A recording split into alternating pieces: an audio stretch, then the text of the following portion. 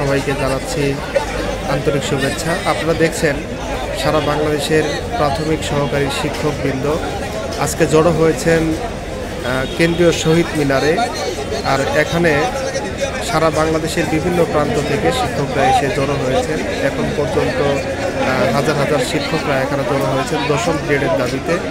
আপনারা জানেন যে শিক্ষকদের 13তম গ্রেড, যেটি বর্তমান বাজার অনুযায়ী খুবই অচল তারা বলছেন, তো তারা এখন 10ম গ্রেডের দাবিতে এই আন্দোলনটি করছেন।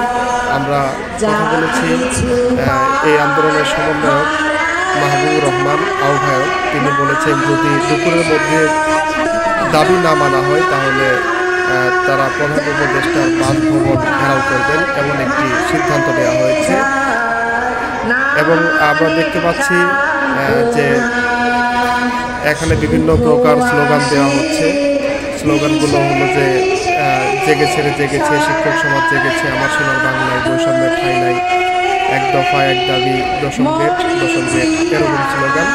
এবং শিক্ষকরা আমাদের জানিয়েছেন যে দাবি না মানলে দুপুর 12টার পর যমুনা অভিমুখে পদযাত্রা করবেন তারা।